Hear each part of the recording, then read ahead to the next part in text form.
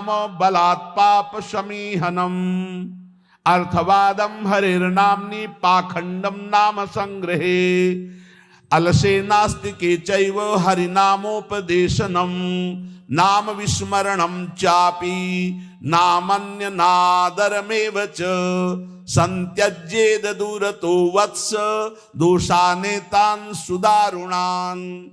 हे वत्स, इन 10 अपराधों से बच गए तो नाम तुम्हें भगवत प्राप्ति करा देगा। अगर ये 10 अपराध है तो ये दारुण अपराध नाम का प्रकाश नहीं होने देते। पहला, नामदाता गुरु का अपराध, उनकी अवज्ञा, उनका अनादर। गुरुर अवज्ञा पहला अपराध है। जो नामदाता गुरु की अवज्ञा करता है, चाहे जितना सर के बल खड़े होकर के साधन कर लो, वो मंत्र और नाम सिद्ध ही नहीं हो सकता, क्योंकि मंत्रदाता का अपराध करने वाले के हृदय में कहीं मंत्र प्रकाशित होता है। एक प्रसंग आता है ब्रज के भक्तों में, गुरु मंत्र लिया और गुरु सेवा में कुछ दिन रत रहे, तो कुछ ऐसा उनके अंदर भाव है कि एकांत में भजन करें। सब क्या है, सेवा वे सब भजन में। एक दिन उनके गुरुजी ने उनके पास सूचना भेजी कि आ जाओ, बहुत हो गया। और सोचा, और गुरुजी कुछ दिन में पधार गए।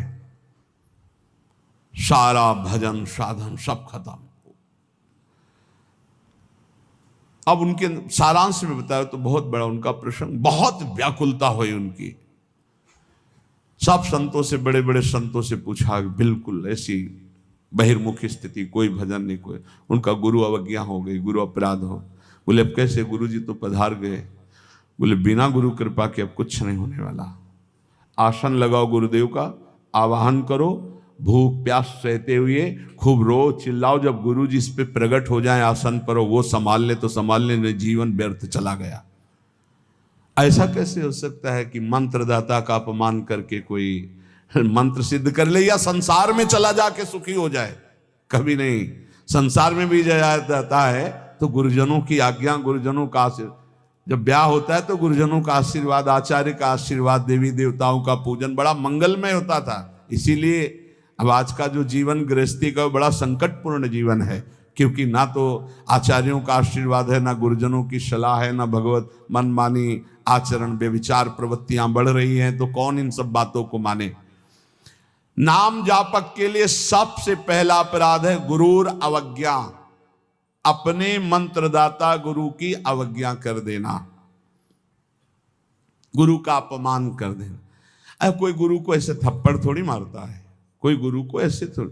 गुरु अवज्ञा का मतलब उनकी रुचि के प्रतिकूल चल देना, अपनी रुचि रखना। अच्छा, गुरु अनंत माताओं जैसा वात्सल्य रखते हैं, वो चुपचाप सहन करते हैं। उनका सहन करना तुम्हारे लिए बहुत हानिकारक है। वो सहन ना करें, कृपा करके हमें दंड दे दें, ये हमारे लिए मंगल विधान है। हमसे कोई गलती हो जाए तो गुरु सहन ना करें, श्री जी ऐसी कृपा करें कि हमको कटुवचन बोले, हमें दंड विधान कर दें, हमारे ऊपर शासन लागू कर दें, ये करुणा होगी। और अगर वो मौन रहकर चुपचाप सह रहे हैं तो हमारा सर्वनाश है। कि हम समझ रहे हैं हमारे गुरु जी प्रसन्न है और वो अंदर से वो जल रहे हैं इस बात से कि ये भगवत मार्ग के विमुख आचरण कर रहा है और मेरी बात नहीं मान रहा, अब मेरा अधिकार कैसे इस पर लागू हो सकता है, ये तो मान ही नहीं रहा। बस ये अवज्ञा होती सबसे। तेन वचन मानत गुरु द्रोही निस्दिन करत आपनो भायो, तो इत व्यवहार न उत्पन्न। तुम्हारा व्यवहार भी नहीं बच सकता और परमार्थ भी नहीं बन सकता। व्यवहार बच नहीं सकता और परमार्थ बन नहीं सकता। इत व्यवहार न उत परमार्थ, बीच ही बीच जन्म गमायो।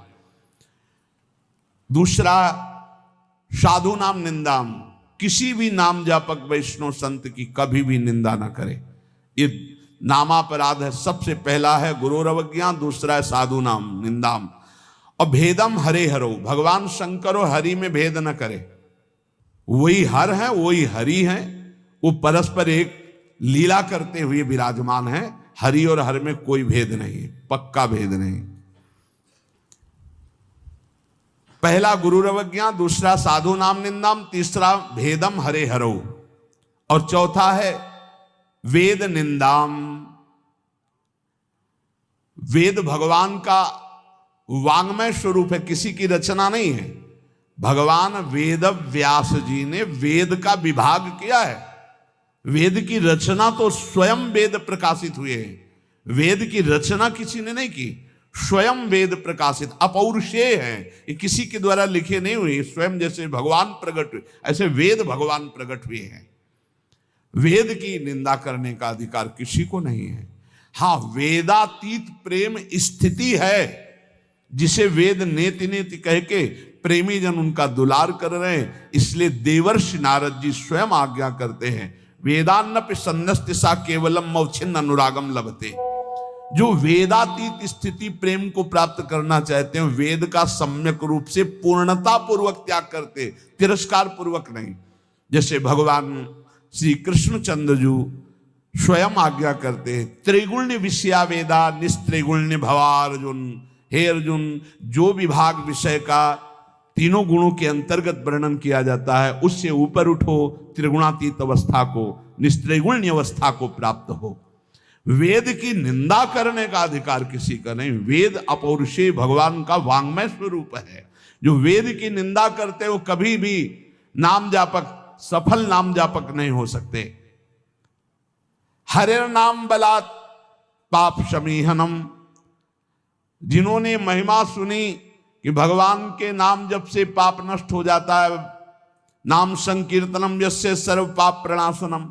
अब वो बलपूर्वक उत्साह पूर्वक पाप करते हैं और सोचते हैं नाम कीर्तन कर लेंगे तो पाप नष्ट हो जाएंगे, उनको नरक मिलेगा क्योंकि नामापराध कर रहे हो। भगवान नाम के बल पर पाप करना, कि वो नाम कीर्तन कर लेंगे ना सब पाप नष्ट हो जाएंगे। फिर कह रहे अर्थवादम हरिर्नामनि। भगवान के नाम की महिमा को सुनकर के कि अरे ये तो सब फल स्तुति केवल वर्णन है, ऐसा नाम का फल नहीं है, ये नामापराध है। नाम के प्रति अर्थवाद की केवल फल स्तुति मात्र है, नाम की ऐसी महिमा नहीं है, ये नामापराध है। और पाखंडम नाम संग्रहे, नाम लेने में पाखंड फैलाना, नाम की आड़ में व्यभिचार करना, नाम की आड़ में रुपया कमाना, नाम की आड़ में मनमानी आचरण करना, ये पाखंड है। ये नाम में पाखंड फैलाना, ये सब पाखंड की अंतर्गत आता है। हम नाम कीर्तन कर रहे हैं, जिनका हमको उन पर विश्वास नहीं कि वो विश्वंभर है, वो अनंत ब्रह्मांडों का स्वामी मां लक्ष्मी पति है, हमको हाथ फैलाना पड़ेगा। तो हमको भरोसा क्या है अपने आराध्य देव पर? अरे जिसके एक निमिष मात्र से अनंत ब्रह्मांडों का सृजन हो जाता है, नाम बल से उसको अधीन कर लिया जाता है। सुमिर पवन सुत पावन नामो, अपने बस कर राखे रामो। डोनेशन चाहिए,